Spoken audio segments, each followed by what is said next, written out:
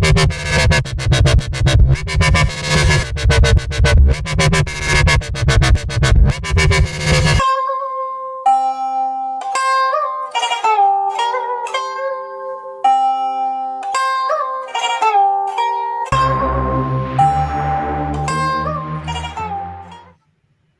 it's really good. We after the technical difficulties of Thursday, we're back. We're back. We're back. We're back. Uh, what say you, Webbs?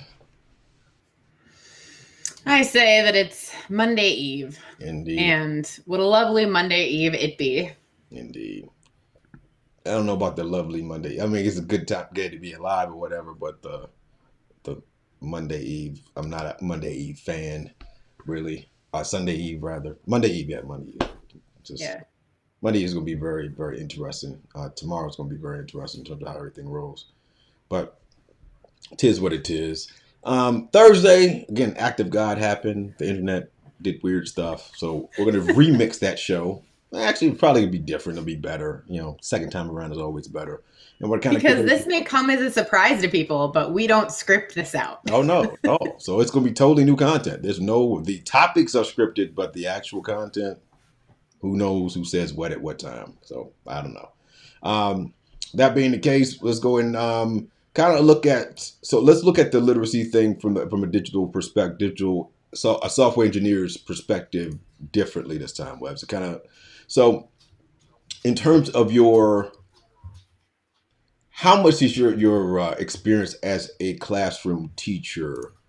How much does that influence the way that you view literacy at your current position? Or does it influence it at all? I don't want to lead you into any oh yeah, it does, or it doesn't, or whatever. So I think in general, my career as a teacher influences my career as a software developer almost to an obnoxious level, I would say. At least that's how I perceive it for myself. Because I was talking to somebody about this, I forget who. Maybe we were talking about Valerie about it when we had her on last week or the week before that. And that is that every meeting is basically some sort of a knowledge transfer or some sort of an update of some kind. And so whenever I think about planning a meeting, I think about it like it's a lesson, or like I just did a lunch and learn with a colleague. And again, like when we were planning it out, I said, well, the way that I used to plan lessons is I would break up the time to 10-minute chunks and then, break it up that way. So everything I do is influenced by what I know as a teacher. I think from a literacy perspective, I think the reason I think about the fact that, tech literacy is a thing is because of my background as a teacher. Because I don't know that I would take that perspective on things if I didn't have experience with reading literacy or building literacy or all the other ways that literacy can manifest as an educator. So yeah, I think that when I'm approaching pairing, I think about pairing as that's one more form of knowledge transfer. So I think about what kind of background knowledge does the person I'm working with have? Is this a situation where I'm the person who knows more or I'm the person who's learning? I try to communicate what my modes of learning, what are my best modes of learning. So yeah, what I do, being a teacher influences who I am as a software developer a lot. I think that literacy wise, software developer literacy wise, we're always building. For example, I think I mentioned on Thursday's show, one of the frameworks I'm working with right now is called Terraform. And so when I first started on this project, I had done a little bit of Terraform, but not a whole lot. But I definitely know far more about it now than I did when I first started. And we have someone new who just onboarded who doesn't have a lot of Terraform experience. So building the literacy in that framework, I put my teacher hat on and go, okay, what's the best way to scaffold learning for this framework? Stop it. What's up, Kofax? Your team's in a battle right now, Kofax. One of his favorite places to be is under the desk, Indeed. which I'm sure you can hear the ka-chink of his collar as he licks his paw right under the desk, which is right under my microphone. But anyway, yes. Does that answer your question? I forget Yeah, what the question was. I'm yeah. I randomly. mean, because I'm very interested. Again, my hypothesis has always been in this realm that for those who did not have not checked out the last episode at all, like when we start to speak about literacy, I think education gets it wrong in terms of always equating literacy to being able to read, and that's not what literacy is, in my opinion. Being able to read is being able to read. Being literate in something is knowing something about a particular area or a particular. I'm always reminded of if you E.D. Hirsch's last book. He mentions a study in which they took upper class white kids and who were not familiar with baseball at all, and they gave them an assessment on baseball. They had to read about baseball and whatnot, and they failed the assessment, even though they could read. And then they gave lower class Latinx kids the same assessment who played baseball, and they passed the assessment. Now they weren't able to read on the same level if we were to go in to assess them on reading, but if you assess them on knowledge, because every reading test is just a knowledge test, right? It's just, if I've been familiar, am I familiar enough with the subject matter which you're asking me about to be able to read, interpret, and then fill in the gaps when the connections aren't made, excuse me, directly. And so when we start to talk about again reading, we also have to unbox the idea that if a person isn't exposed to different ideas, if they're not exposed to different ways of being and ways of thinking, ways of viewing the world, then I don't care how many words I can call in terms of understanding what I am reading, I'm going to be at a disadvantage. I think that works the other way around too, because I'm thinking about my Security Plus test, and I did a lot of reading for that. I did watch some videos, but when it came time to do the test, a lot of it was just recalling basic information, and it didn't necessarily mean that I had to know any higher level skills in order to get that certification. So did I have to install a SIEM or like set one up? No, a SIEM is a security information event manager. And basically it funnels security information or security events so that you can kind of like have one place to see them all. And then if an event happens, you can lock things down. Anyway, I didn't have to set one of those up. Like that would have been a practical application of, the skills necessary for that test. But it was just like, can you remember what this port number is for? Not really. Like that's information I could go look up. So I feel like literacy, like what we're defining as literacy, I think of AR tests. For some kids, AR tests are motivating. It gets them to read different types of literature and stuff like that. I don't want to totally bag on AR because I've seen like kids really develop a love of reading for it. I've also seen it like really crush some kids' love of reading. And I think it's one of those tests that you take for the books. It is a perfect example of misequating reading to literacy. Like reading, like you said, reading is reading. It's not like all literacy. Literacy does not mean reading. You can gain literacy by reading, but that's not the only way to gain literacy. And they aren't mutually like the same thing. Facts. And I think again, literatus is the word that it comes from, and it's to know. It has nothing to do with reading. And I think that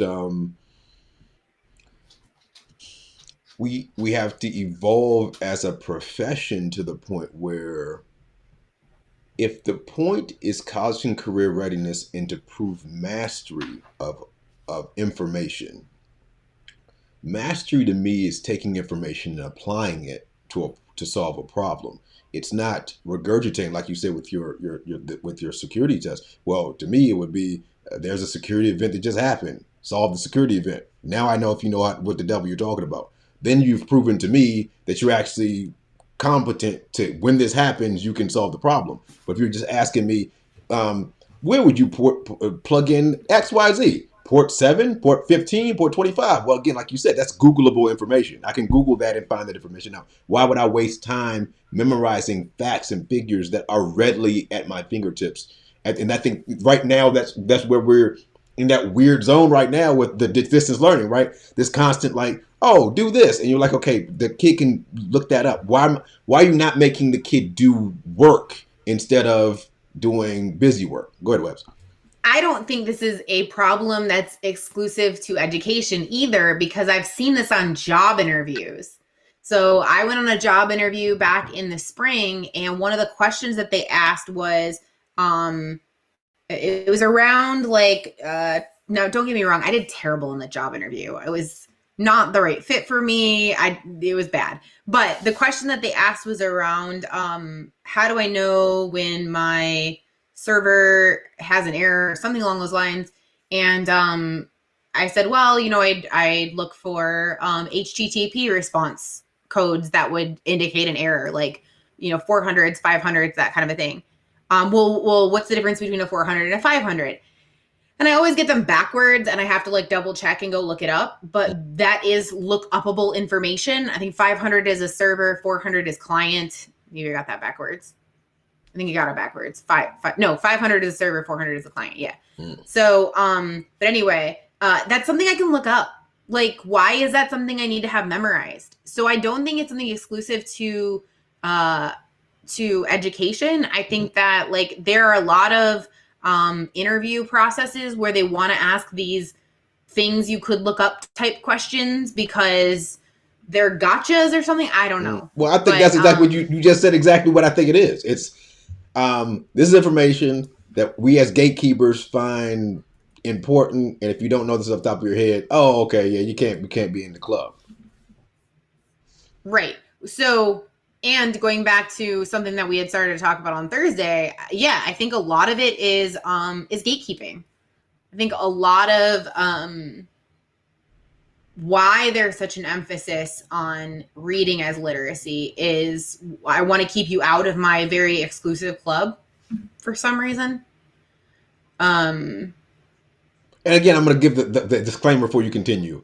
We're not saying don't teach your kids how to read. That is not what we're saying. We are not saying that at all. We're not saying that reading isn't valuable. We're just saying that reading isn't the only way to be literate. That is the only thing that we're saying. Because again, I am totally down with. I love to read. Webbs reads a lot. Everyone, again, people of a certain, I'm going to say a certain strata read copious amounts.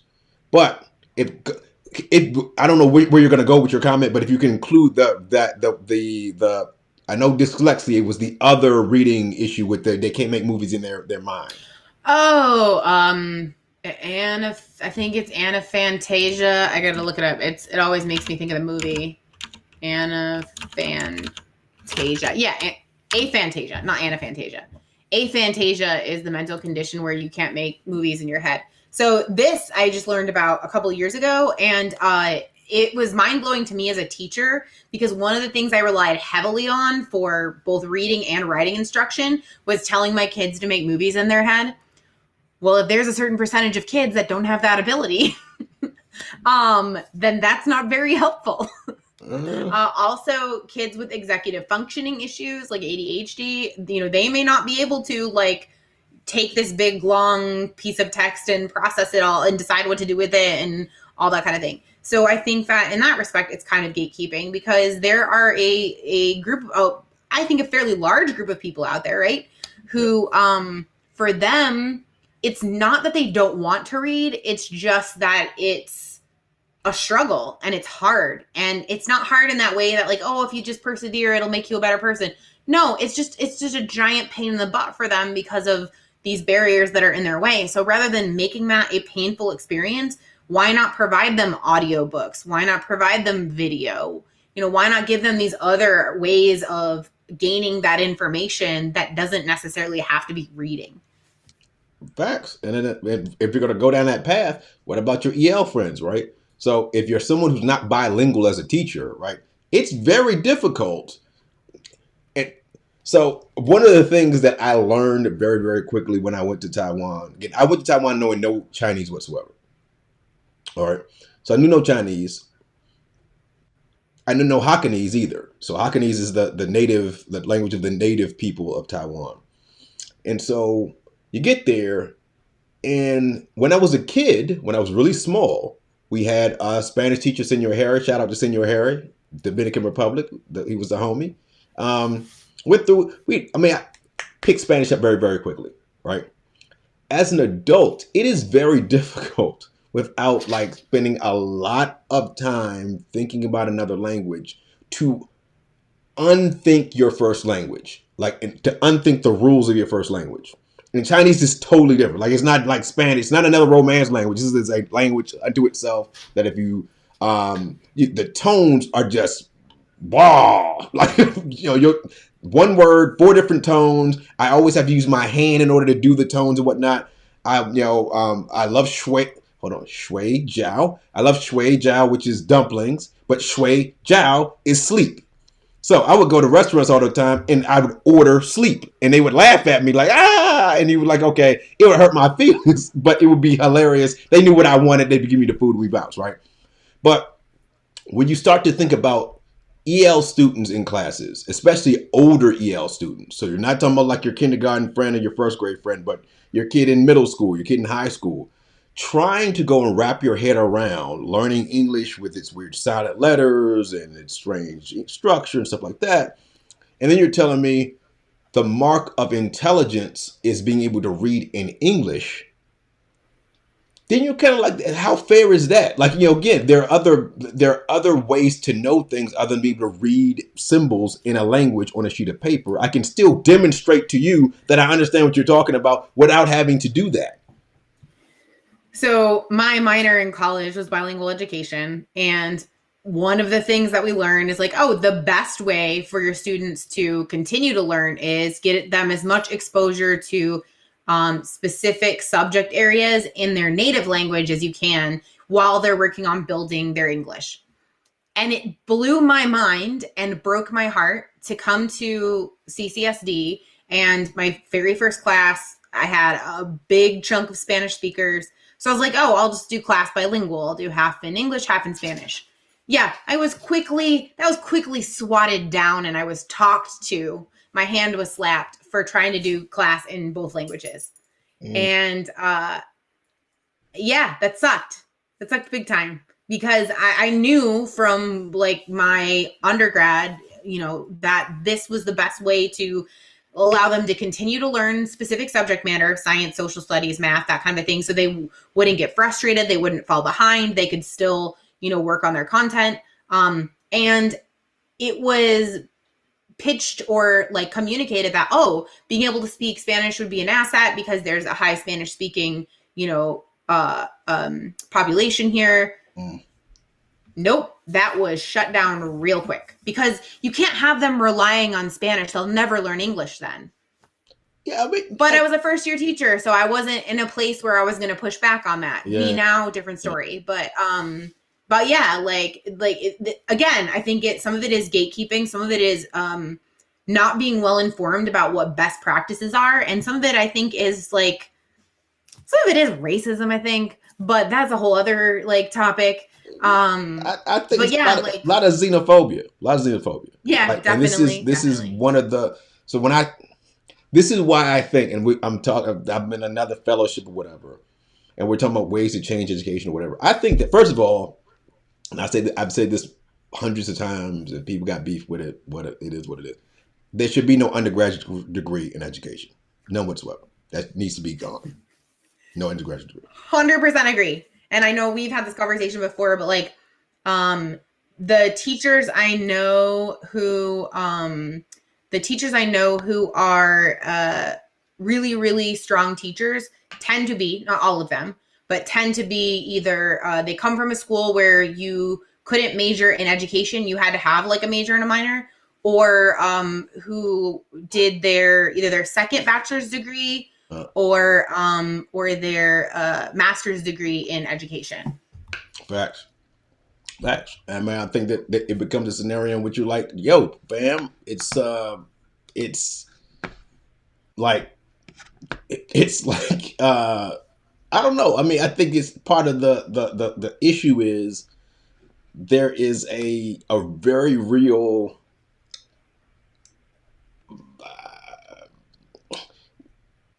when I studied abroad in Spain, all right, and you go and you see how other people do things, I think there's a power in that, and there's a power in challenging your own assumptions about things.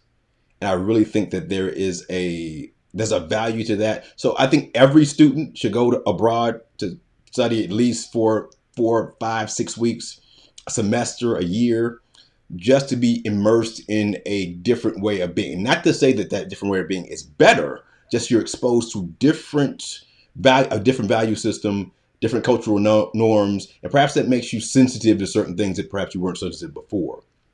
And how did I know you went to India for? How did that change your world perception, or did it change your world perception at all? It's funny that you should bring that up because I was like, I feel like this is a time when I should talk about my trip to India.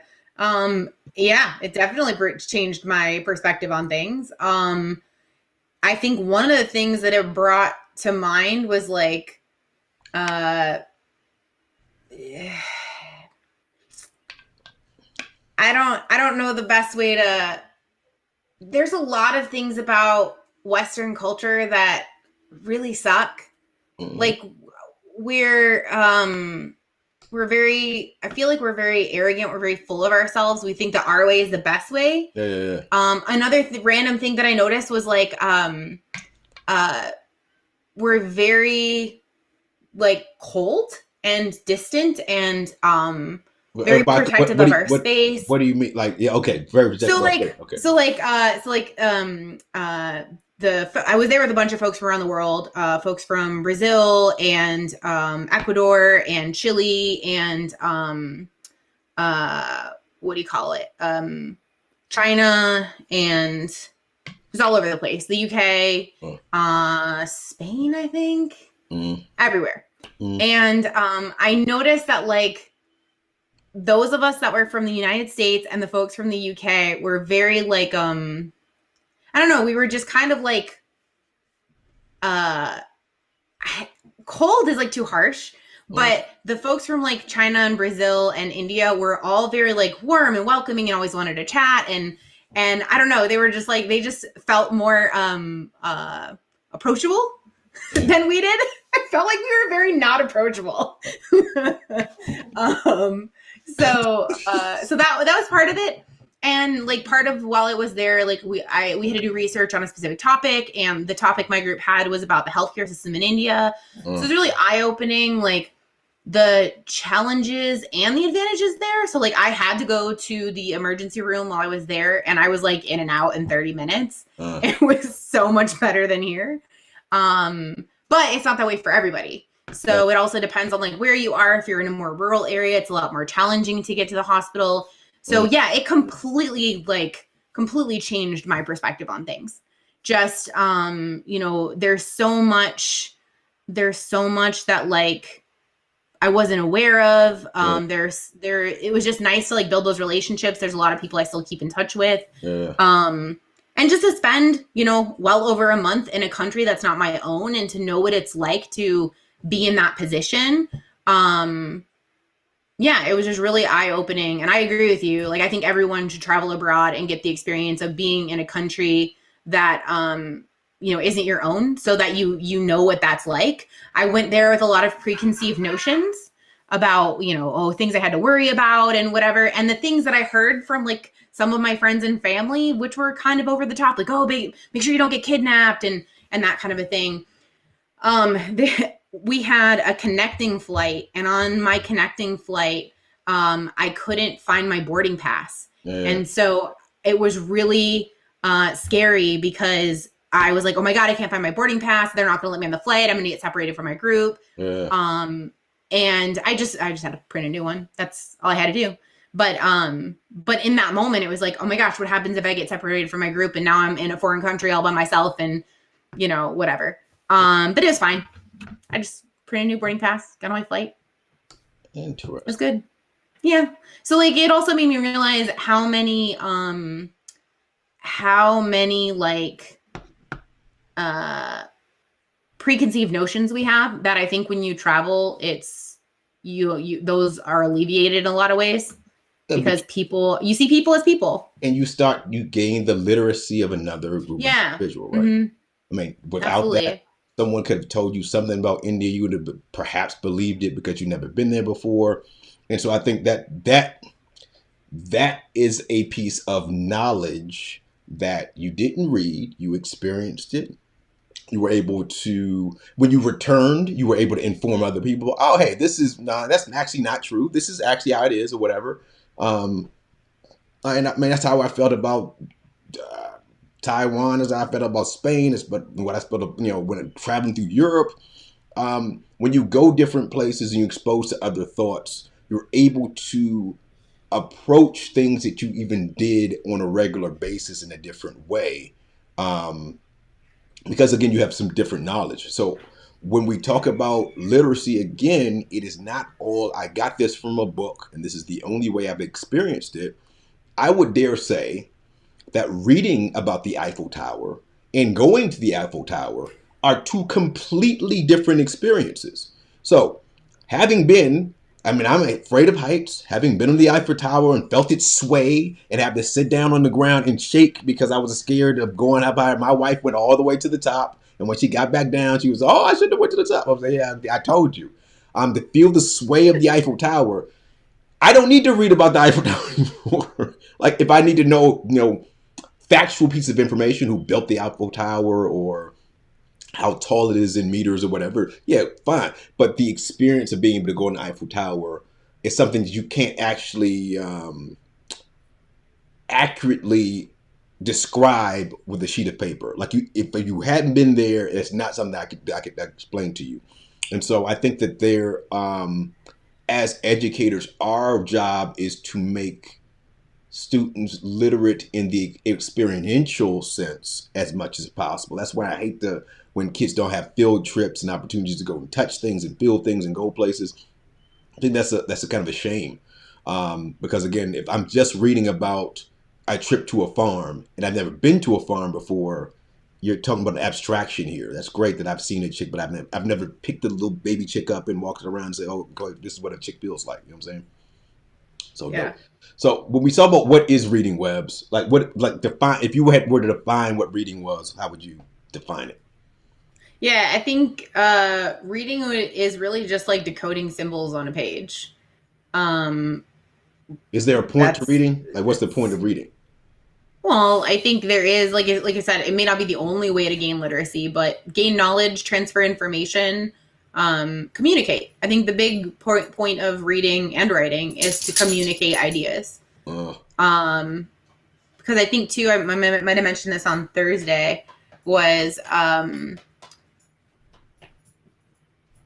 reading isn't necessarily seeing the words and decoding the symbols. It can be braille, so you can be touching the words.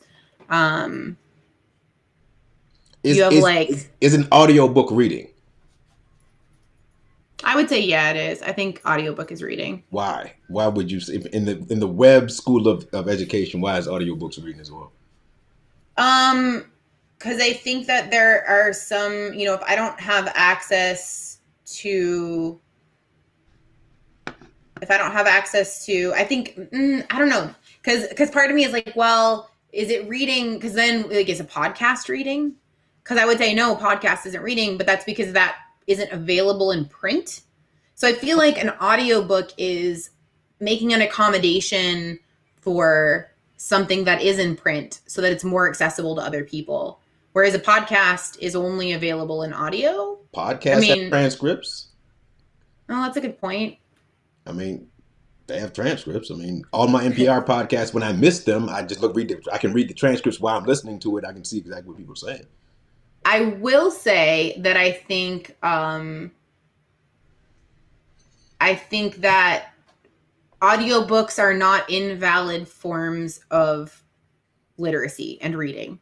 Because I feel like there's, going back to the gatekeeping idea, like, there is this, like, oh, well, if you're listening to an audiobook, that's cheating somehow. which I don't think it is. And Hank Green has a whole thing on like audiobooks and why he prefers listening to audiobooks and all that kind of I thing. would just say, okay, cool. I would say fundamentally with a stamp, rubber stamp, and say audiobooks is reading just like anything else. Because could you tell if a kid had listened to the book or read a book if they passed the test? No. Mm-mm. Not at all, right? There would, unless I told you that I listened to the audio version of this book, there would be no way for you to ascertain whether I listened to that book to completion or I read the chapter. There'd be no way for you to ascertain that. I could get the same information from somebody reading that information to me as I could doing the mechanical action of actually reading. And that to me doesn't invalidate the mechanical action of reading, but it does say that if the point is to know something, the point is to demonstrate that I understand what you're talking about, I can do that in more than just the mechanically reading the symbols on the sheet of paper. And so not I think that there needs to be an accommodation for everyone. And this doesn't need to be a situation in which I can always choose to use the audiobook, but I should give it a choice every couple times to read some. Hey, I'm just read the audio version of this.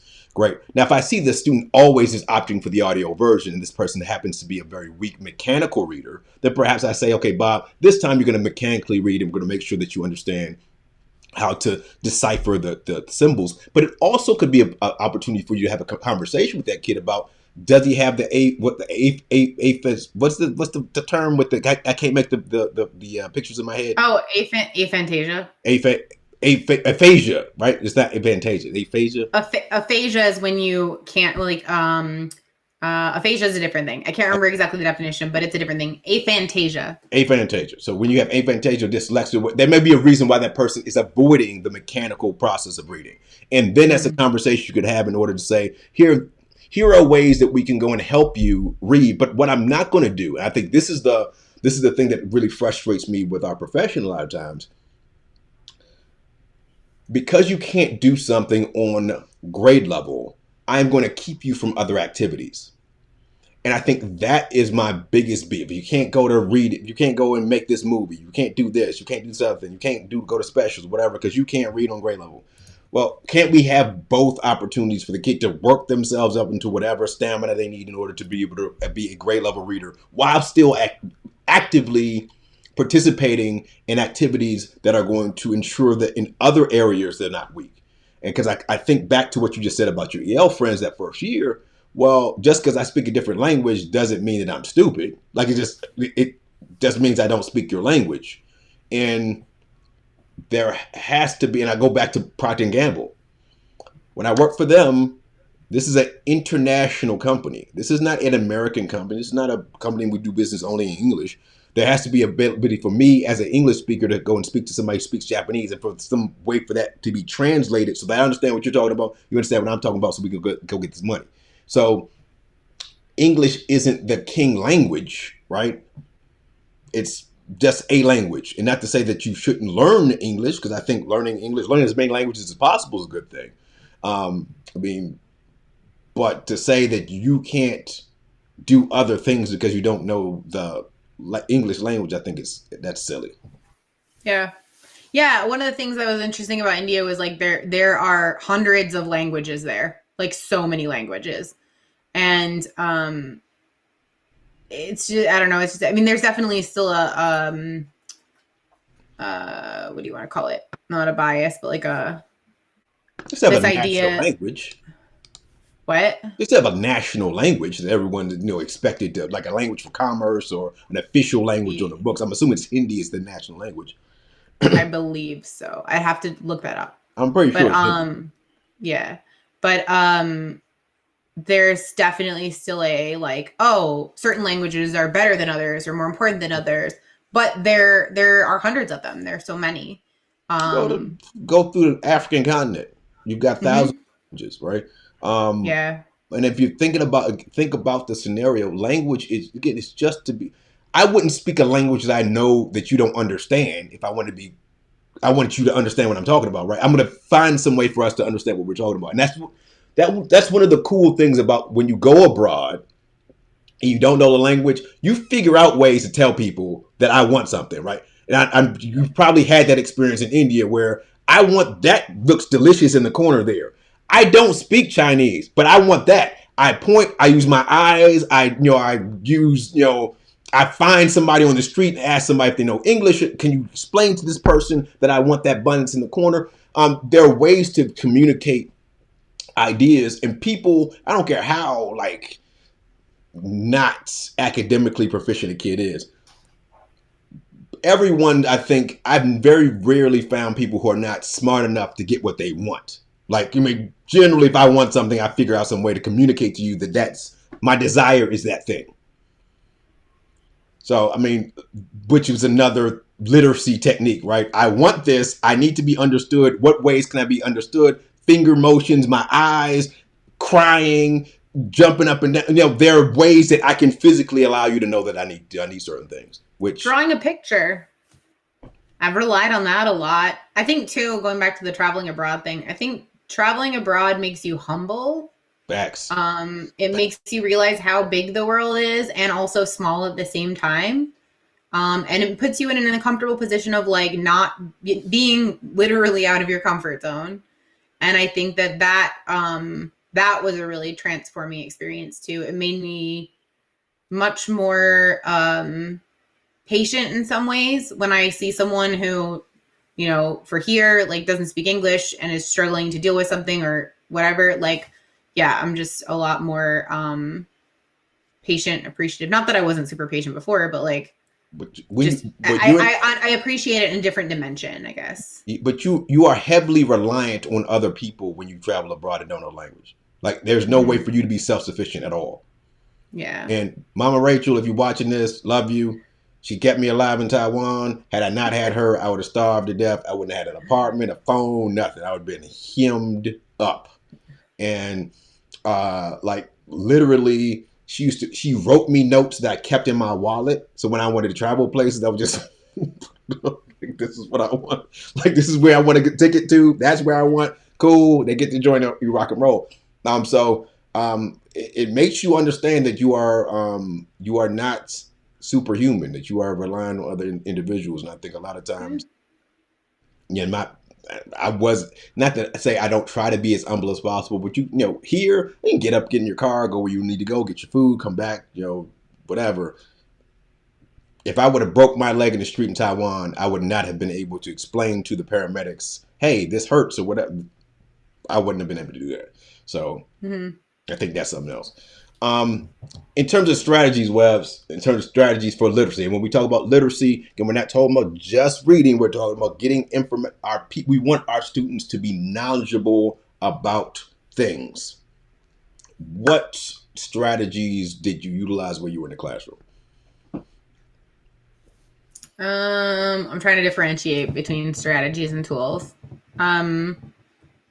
Literacy in terms of, I think probably strategies like mind mapping, making schemas of different things. So connecting ideas, whether it was like, concepts we had learned before, background knowledge that they have, creating a web of those ideas is helpful. I think too, even for folks who do have aphantasia, like something like a visual representation on paper can be really helpful since they don't have that visual representation in their head. Connecting pictures to words and using all the media that you have to build that visual representation of your knowledge in that particular area.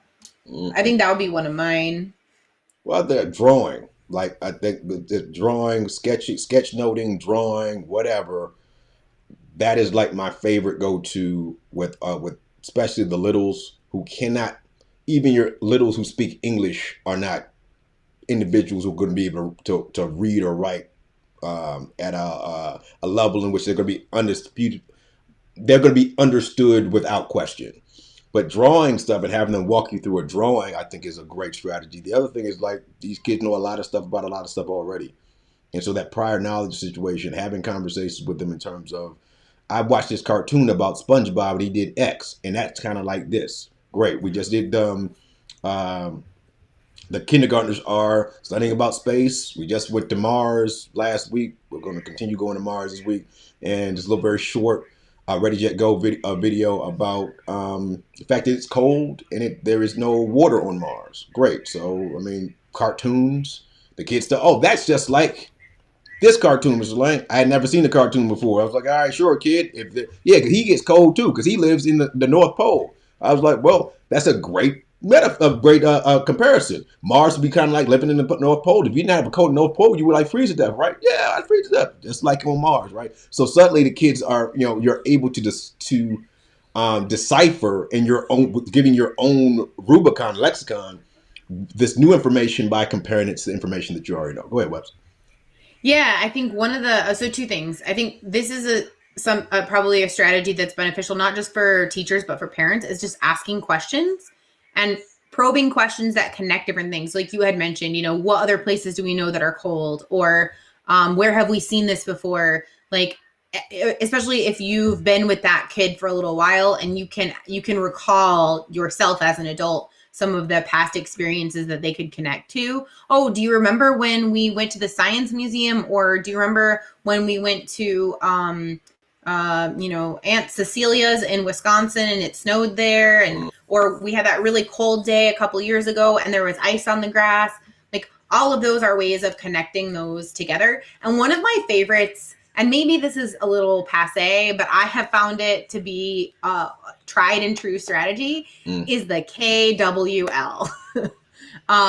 So what do I know about this thing already?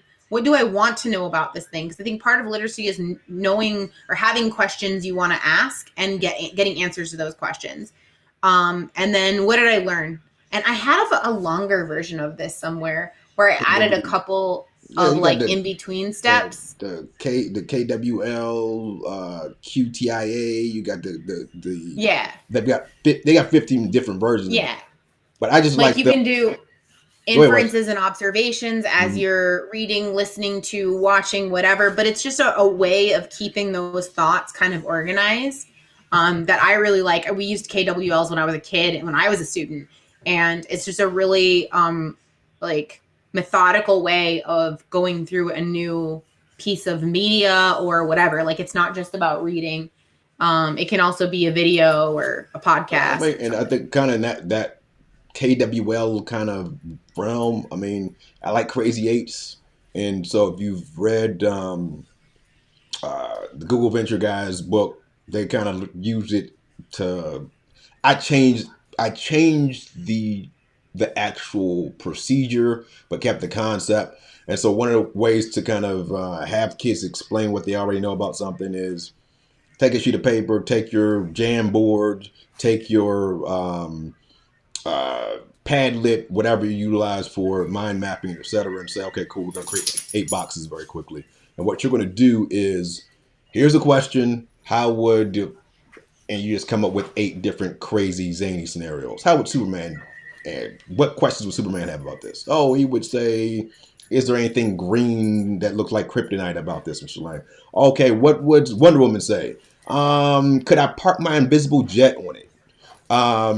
What would Black Panther say? Does it make any noise? Like you can go through all these things and create all these little weird questions and have those questions set up. So as we go into the activity, people are looking for different things immediately. So I really like the idea that if you're reading, you're also a detective rather than we're just reading this information. Making sure there's a purpose to the reading. So as I'm going through, I got that aha moment where I found what we were looking for rather than we're going to read chapter 5. I don't give a darn about chapter 5, fam.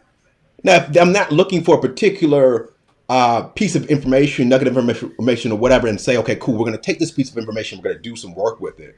But if I'm just reading chapter 5 to read chapter 5 because we're supposed to read chapter 5, I mean, where do I, as a reader, buy into that as somebody who may not be a motivated reader? Like, because perhaps I didn't even choose this to read about. That you, as teacher, have chosen this particular piece of text for me. I'm not interested in The Wind in the Willows.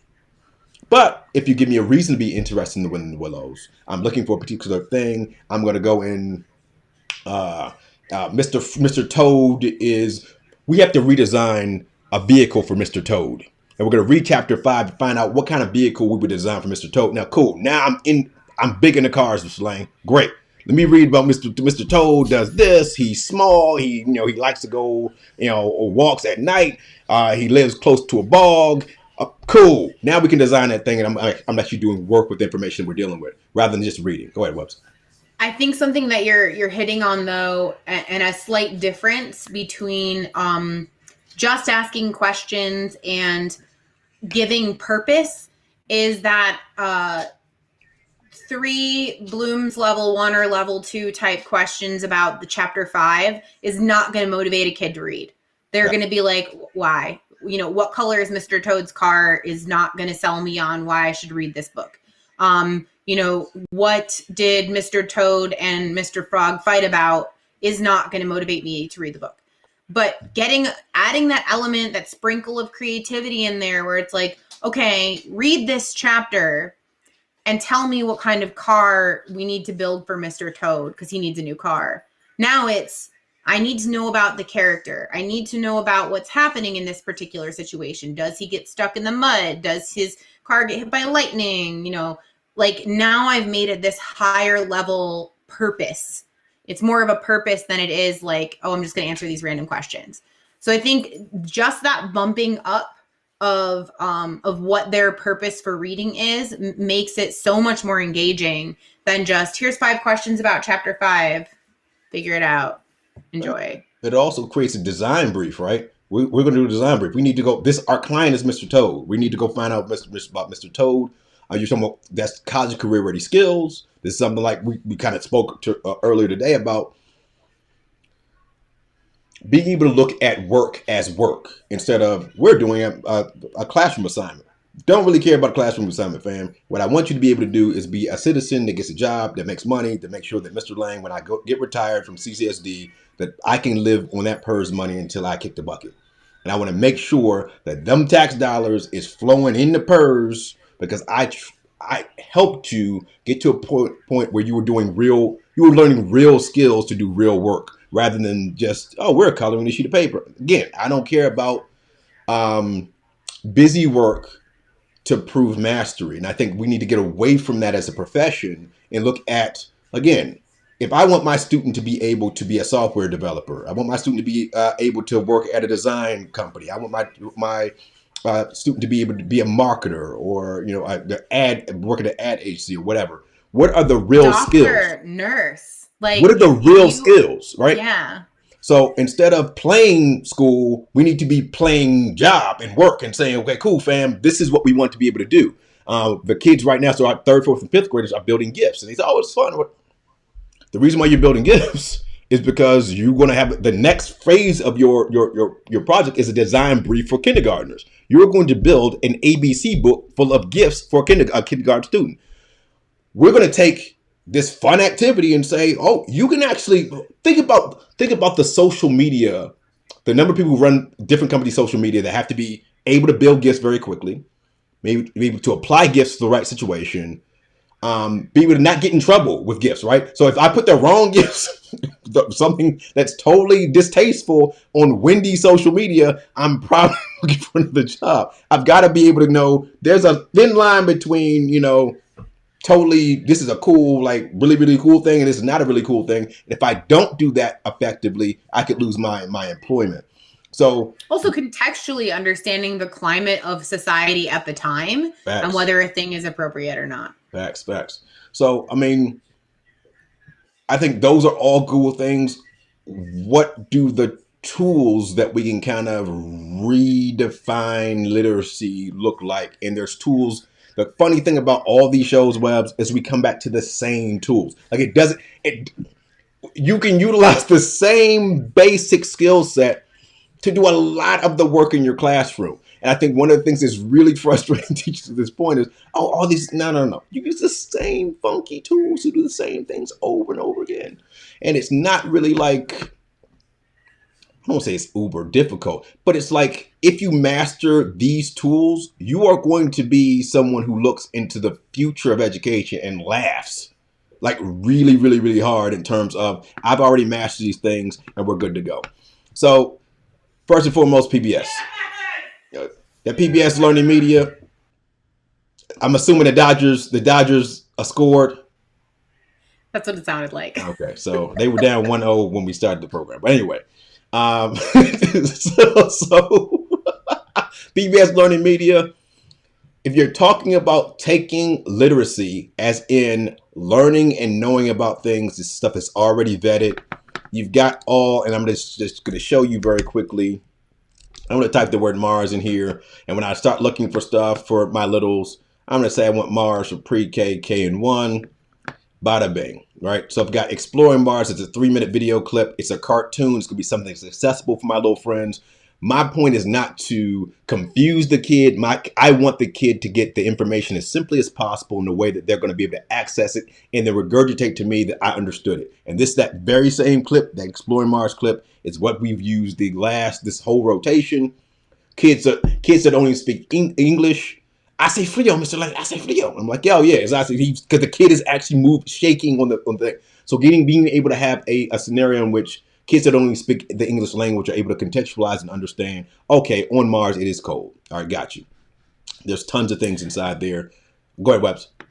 That's also the power of images and using video is that, even if they don't understand, just like picture books, right? Like, so even if they don't understand the words that are happening, they can get some context and understanding from the video that's happening. So even if I don't know it is cold, I do know hace frio, and I can tell that it's cold because the kid is shivering. So you can gain some context from video that you can't always gain if you're looking at books. And I would add, going back to the whole gatekeeping thing, picture books are appropriate for any age level. So we need to get away from this idea that picture books are only for little kids. There are plenty of picture books for all ages. And if I'm an older kid, I'm in, middle school, high school, and I want to start with picture books or books with no words. There are lots of books with no words. Then that's totally an acceptable thing. Rereading the same book over and over again is a totally acceptable thing that will help your kid gain some fluency with that book. Watching the same show over and over again with closed captioning on, totally reasonable and acceptable. And that helps build their fluency and build their understanding of a certain topic if they watch it again and again. I've watched The Flash probably 100 times now. And every time I watch it, I put together new pieces or I notice little Easter eggs or whatever. So even as an adult, I watch 22 seasons of Midsummer Murders 4 times. So, I mean, and I'm still watching it now. It's my late night, whatever. And this is a picture book, fam. I'm a grown man. That's a picture book. Oh, I can't see it. There we go. Picture book. Picture book. So, again, comic books are picture books. Comic books have a lot of genre-specific vocabulary. There's a lot of inferences you have to make in comic books because the pictures don't move, right? They go from panel to panel where I have to have I'm inferring something happened between this panel and the next panel with this. And again, I'm not reading paragraphs. They're just little pieces of dialogue that I have to go in, fill in the blanks with as well. And I'm also very much using my prior knowledge. I know Wolverine can't be killed by X, Y, and Z. So what's going to happen in the next panel when Magneto pops up in the next panel here? I know Wolverine's skeleton is made of metal. Magneto can take metal. He's taken the adamantium out of Wolverine before. Would he do the same thing here? There's a lot of really cool conversation you have in your head when you're dealing with comic books as well. So it's totally fan fiction. Cool. Facts. All right, so PBS, totally free. Use a Google account, log in, not a problem. Common Lit. So one of the things that teachers are like, hey, we don't have books for all the kids. Common Lit is common. You can go get plenty of stuff in here. Why is Common Lit kind of cool? Because of the fact that if you go to your library and you say, I search library and I'm looking for, animals. Because most normal people like animals. Great. Animal Farm. We've got the water bear, which is a hilarious animal to kind of look into because it's one of the dopest animals ever. But I can say, okay, cool. I want to go and look for it. Only unfortunately goes down to 3rd grade. I'm looking for 3rd grade animal stuff. Reading to the Max, Impossible Train, Animal. There's a whole unit there. It's a 2-week unit. Great. I'm going to click that. I'm going to, wonderful, great. I can download a student copy, download a teacher copy. So in terms of bandwidth and whatnot, if I need the kids to just have a copy, they can download the copy and not have to worry about anything. The assignments are broken into everything they need to do. Boom, boom, boom. There are PDFs of each of these as well. So again, I can read it on my device if I needed to. I can assign the text when I need to. All those things. I mean, it's pretty like simple. All of these are built into Google Classroom. So if you're using Google Classroom, you have those things there. But I'm gonna look for just a single piece of text very quickly. And let's take, this is 10th grade, but I'm just gonna use it. Great. You see up here the read aloud and the translate button. So again, making sure that just because I don't speak English, I can go and have this translated into Spanish for me. And pardon my dog there barking. I can have that translated into Spanish for me, so I'm not trying to keep students out of it. So I can hide the translation, whatever. I can also read that aloud. So if I have students who are not reading on the 10th grade level, this is still information they need to know. I can have those kids have access to it. So not being able to read on a certain grade level shouldn't be, you know what, you just don't learn about the electoral process. Well, that's not good, right? I can still have you have access to this information. So again, Common Lit, really great tool to utilize because it's common. You can give it to all your students without having a problem there. Webbs, anything to add there? I think keeping in mind, because I think this is something we forget sometimes, is like kids or people, I should say, people can comprehend auditorially and speak at a higher level than they can read and write. Like reading and writing tend to lag behind speaking and listening. So it may be that a kid can't read that specific word, but they know what that word means. So hearing it may trigger that, oh, I know that word. Like how many times have you had a conversation with a kid and, you know, they see a word, they don't know what it is, but then you say it out loud, they're like, oh, I know what that word is. So this may be a good way of bridging that gap between what they read, like what they can see, read, and what they understand when they hear it. And the other thing I totally forgot, they just added the annotation tool so they can annotate on the text.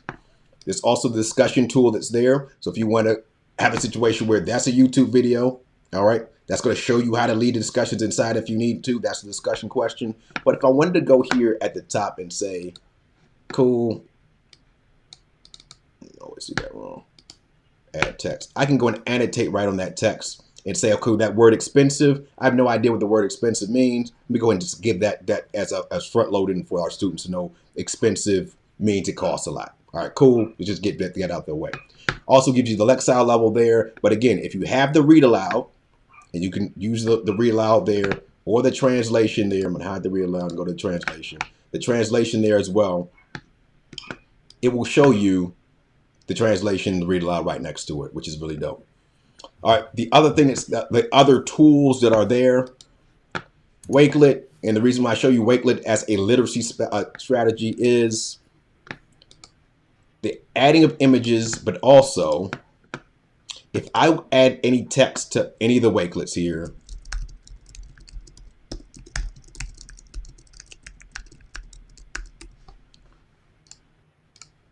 the other thing Wakelet allows me to do, I'm just going to make this unlisted really quickly and done,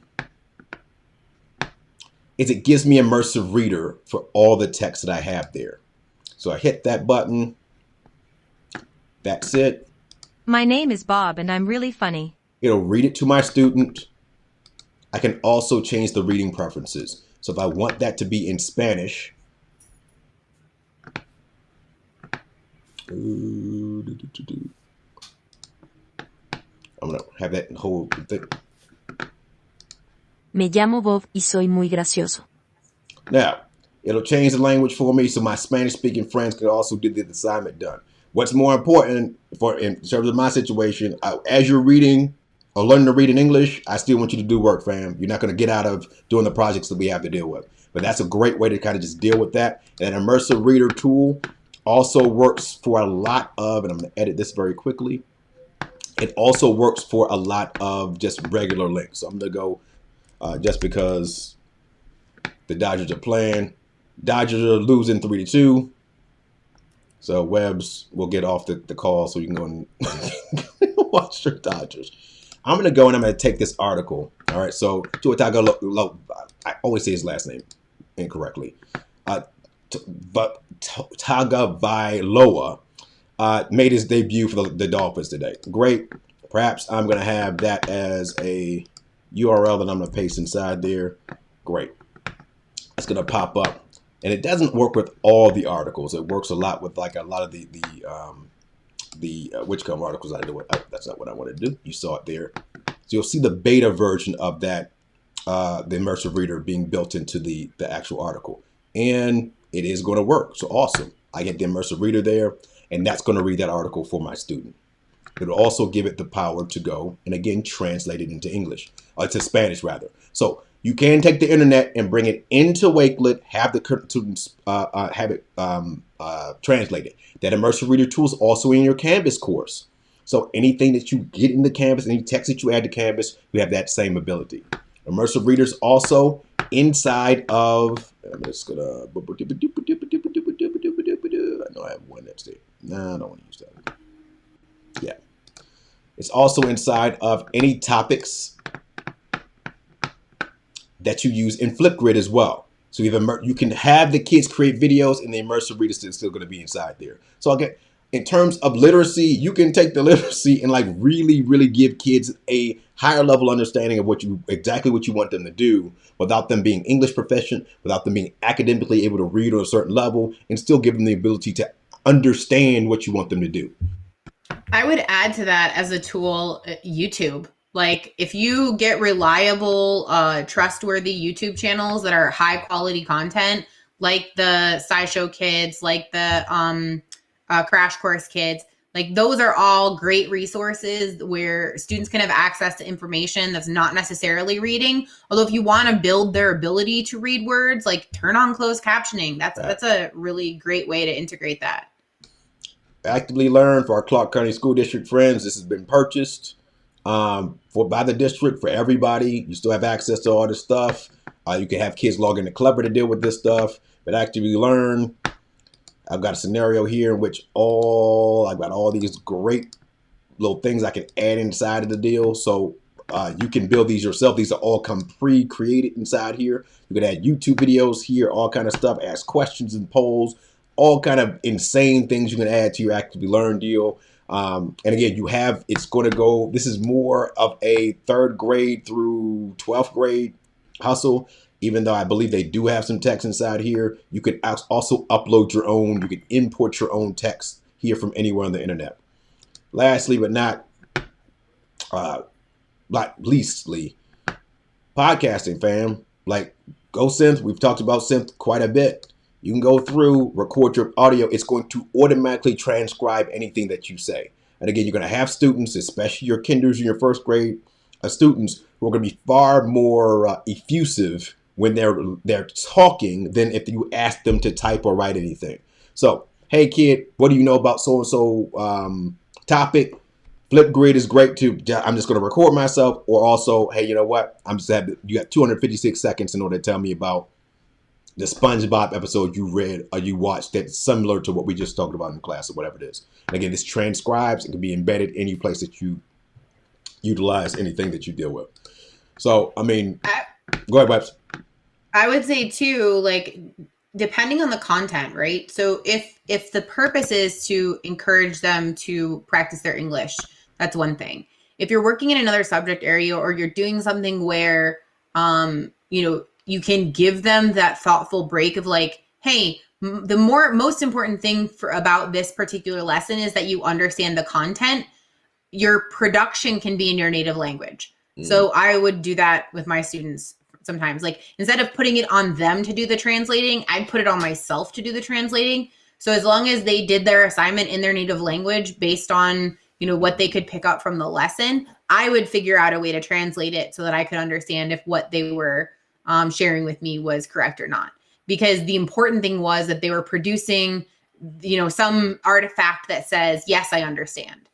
Well, also, I mean, just practicing English. Like, again, the podcasting situation, the cool thing about Synth is you can have people respond to things that you say. So as a teacher, I want, Leah's from El Salvador. She just started out here. Great. Cool. I'm going to have my instructions here in English, translate those instructions. Leah hears it. Great.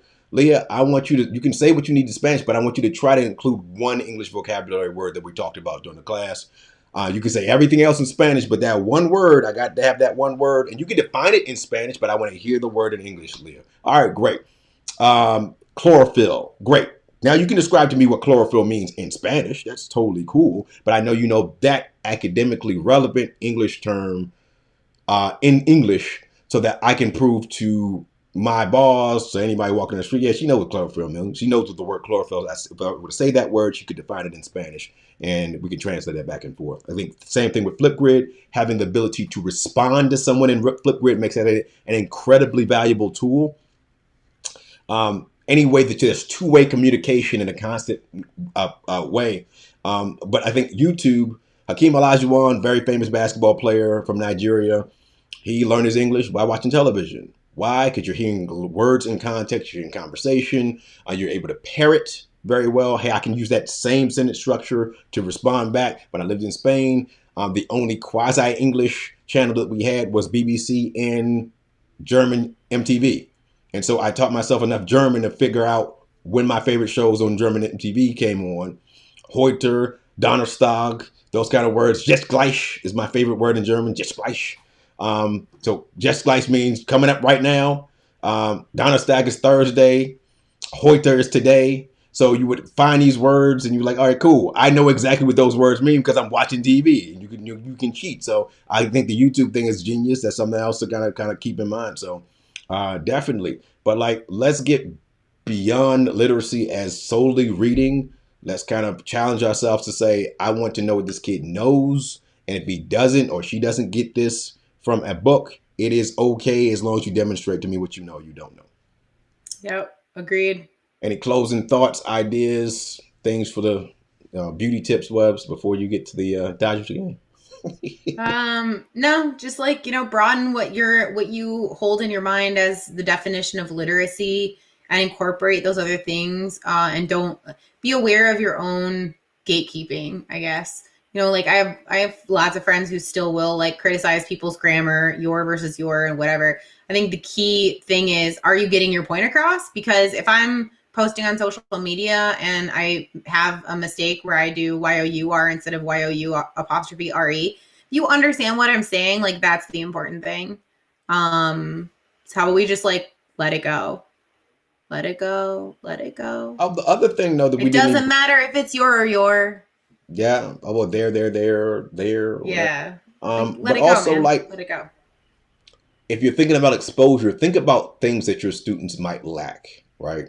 And that's come when we talk about culturally responsive teaching. We're usually looking at it from this perspective of, oh my goodness, have to be sensitive to X, Y, Z. But there's also like, if I'm a kid who lives in a metropolitan area, what might be things that I'm not exposed to that you as a teacher who's from a rural area might be able to bring into the classroom and say, hey, you know what? Fishing, for example. I have never personally been fishing. Perhaps you get the kid like wanting to be an angler. Perhaps you mentioned the Formula One thing. Hey, how many kids, inner city kids, are like, hey, yo, I want to be Lewis Hamilton when I grow up. I may not even know who Lewis Hamilton is. Bringing that kind of literacy into your classroom to say, these are some other things that there are not a lot of brown people that do these things. Perhaps I want to go and show you that this is something that you might be down with, right? So rather than just looking at culturally responsive teaching as things I won't do in a classroom that I need to be sensitive to, also like, hey, these kids are not exposed to these ideas. There are not a lot of Michelin star chefs that are people of color. I'm somebody who likes to cook. Great, let's use cooking as this vehicle in order to get my kids excited about certain things. You know what I'm saying? 4-H club. Yeah, 4-H, all that kind of stuff. You know what I'm saying? Right. So not a lot of kids in the city are going to be familiar with 4-H. So, I mean, looking at that kind of literacy as well, and that I think that it always kind of disappoints me when we start to talk about teachers that I know have certain talents, and you're like, hey, do you bring any classes? Well, no. And you're like, all right, dude, what a wasted opportunity, fam. There was a lady I worked with years ago, and she had graduated from the Cordon Bleu and stuff, and she had worked in the kitchens and whatnot, and she's teaching third grade. I'm like, all right, dope. You know, we're having this conversation. She's talking about stuff. I'm like, all right, dope. So, are your kids cooking? And she's like, no. I'm like, word, fam. Like, that's a waste of that's like a waste of a talent, B. So Yeah. I don't know, but I'm about to do the thing. I don't know. Like, let's do dope stuff, man. Do lots of dope stuff. Let's like play around with stuff, man. Like right now, and I had to speak on Saturday at this thing for the 3x3 people. Let's remix some stuff, right? Like right now, go and throw out weird ideas, see if they work. If they don't, go back and try a different weird idea. Like I don't think that, not to say that education right now isn't important, but I think this is the only time in your career in which you're going to be able to experiment wildly with a scenario in which people are going to look and say, I understand why you're doing that. Like, I don't think when we go back to face, it's going to be as liberal an environment, I guess. All right, let's make it do what it do. We'll see you on Thursday, 6-ish. God bless America. God bless Lesotho as well. Shout out to my Lesothians. Holla, holla. Bye, buddy.